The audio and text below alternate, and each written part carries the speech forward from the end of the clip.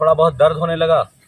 तो पिताजी चूँकि 23 अप्रैल को पिछले साल नहीं रह गए, तो उनके हार्ट के जितने भी सिम्टम देखे तो वो सिम्टम सारे थोड़े बहुत महसूस करने लगे। गैस के भी सिमिलर सिम्टम होते हैं। तो 7 अप्रैल को जाके हमने चेकअप कराया, अपना लिपिड प्रोफाइल कराई। तो 7 अप्रैल की रिपोर्ट हमारे पास है। टोटल कोलेस्ट्रॉल जो डिज़ायरेबल होता है 200 के अंदर, वो हमारा 260 था। ट्राइग्लिसराइड जिसको 150 के नीचे होना चाहिए, वो एक 308 था।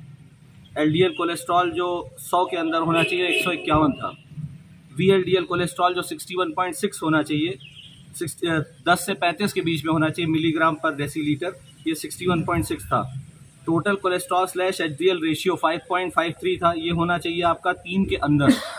और एलडीएल एचडीएल रेशियो 3.2 था, ये होना चाहिए आपका 0.5 से 3 के अंदर। तो ये काफ़ी बढ़ा हुआ था। तो उसके बाद फिर 15-20 दिन तो आपके सानिध्य में आप लोगों के साथ योग करी ना, उसके पहले कभी योग नहीं किया। मदर आज साथ में आई हैं, वो ट्रेंड योगा टीचर हैं। तो योग घर में देखते रहते थे, तो अपनाने में देर नहीं लगाई, बस इतना कि बाकी आप लोगों के साथ से बड़ी ऊर्जा मिली। और उसके साथ सवेरे हमने चाय पीने का वैसे कोई विशेष शौक नहीं था, लेकिन समाज नहीं मानता, पिला देता था, तो चाय हमने 7 अप्रैल से एकदम छोड़ दी। जो एक आध कप पी लेते थे।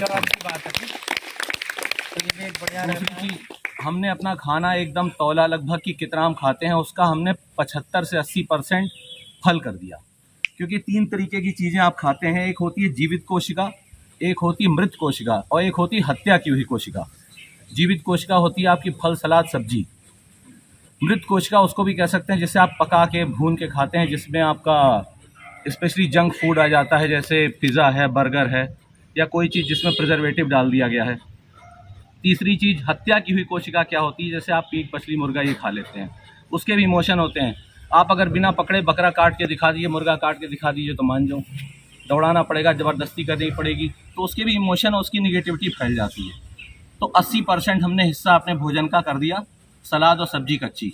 और वैसे भी भोजन में पिछले 3 साल से शाम को सूर्यास्त के 10 मिनट पहले या 10 मिनट बाद कर लेता हूँ।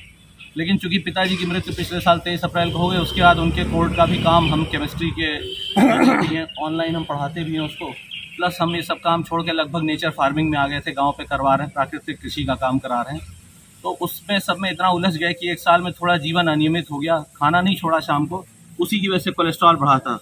तो 36 दिन बाद कल हमने फिर से कराया, तो टोटल कोलेस्ट्रॉल हमारा 155 है 36 दिन बाद। जो होना चाहिए 200 के अंदर नॉर्मल होता है, वो 155 आ गया।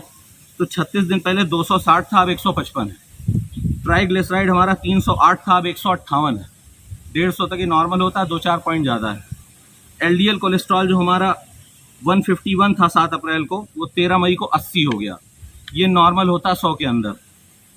वीएलडीएल कोलेस्ट्रॉल जो हमारा 61.6 था, ये 10 से 35 के अंदर होना चाहिए, 31.6 था कल। टोटल कोलेस्ट्रॉल और एचडीएल रेशियो जो 3.6 है हमारा, ये पहले था 5.53। ये 3.6 आपका लो रिस्क में आता है और 5.53 आपका एवरेज से हाई रिस्क में आता है। और एलडीएल और एचडीएल रेशियो हमारा पहले था 3.2, अब ये 1.9 है। लो रिस्क आपकी 0.5 से 3 तक होती है, लेकिन 1.9। तो ये सुधार हमने 36 दिन में अपने अंदर देखा है। आप सब साथी हैं इसके, साक्षी हैं इसके। बाकी सब इसीलिए नियमित रूप से योग प्राणायाम करते रहिए। और अच्छा एक चीज़ और क्या होगा, एक तो वेट आदि जो आपका लूज होगा वो तो अच्छा है ही है, साथ ही साथ थोड़ा बहुत आप बीच में अपना चेकअप भी करवाते रहना। हमारी इम्यूनिटी पावर बढ़ेगी, रोग प्रतिरोधक क्षमता, हमारे अंदर सामर्थ्य अच्छा बढ़ता है, स्टेमिना, स्टेबिलिटी, मैंने बार बार बोला है, ये सारी चीज़ें, फ्लेक्सिबिलिटी, ये तो डेवलप होती ही होती है। इनके साथ ही साथ आपके जीवन का दिव्य रूपांतरण होता है, जो सबसे बड़ी बात है। हमारा मन मस्तिष्क संतुलित होता है, हम किसी भी कार्य को एक सामान्य व्यक्ति से कई गुना जल्दी कर सकते हैं और कई गुना ज़्यादा सामर्थ्य के साथ कर सकते हैं, ऐसी भी कैपेसिटी हमारे अंदर डेवलप होती है। तो आज ये विशेष जो बताइए, एक तो कपालभाति का बहुत बड़ा रिजल्ट है, ये भी आप हमेशा ध्यान में रखिएगा। प्राणायाम बहुत नेसेसरी है, ये बहुत ज़रूरी है, ये सब करने का प्रयास करिए आप लोगों के साथ साथ।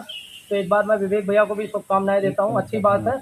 और ये अच्छी बात हुई कि आपने रिपोर्ट फिर से जो अभी करंट की थी वो भी दिखाया आज, तो ये भी एक अच्छा रहा, पहले की भी दिखाई, बैक की। तो आप धीरे धीरे जिनको जो भी परेशानी हो, आप अपना खान पान, आहार विहार अच्छा रखें, नियमित रूप से योग प्राणायाम करते रहें, आप अपने आप ही सारे विकारों को कंट्रोल कर लेंगे और हमेशा अपने आप को सजग, सहज और सरल पाएंगे, फिर अभ्यास करते रहेंगे। तो ये आज एक विशेष अच्छी बात रही कि आपने कंट्रोल किया जिन चीज़ों को, आपने उन्हें यहाँ पे बताया भी, कोलेस्ट्रॉल आदि कंट्रोल हो जाता है, लीवर की कोई भी समस्या हो, किडनी की, पैंक्रियाज की, इंटेस्टाइन की, सभी के लिए ये अच्छा है। पूरा का पूरा सिस्टम और सिम्टम्स ये दोनों हमारे अच्छे हो जाते हैं योग को करने से। एक बार आपका फिर से धन्यवाद, सभी को बहुत बहुत प्रणाम। एक बार धन्यवाद, सभी अभिनंदन करेंगे। अच्छा, तो ये अच्छी बात है, आप नियमित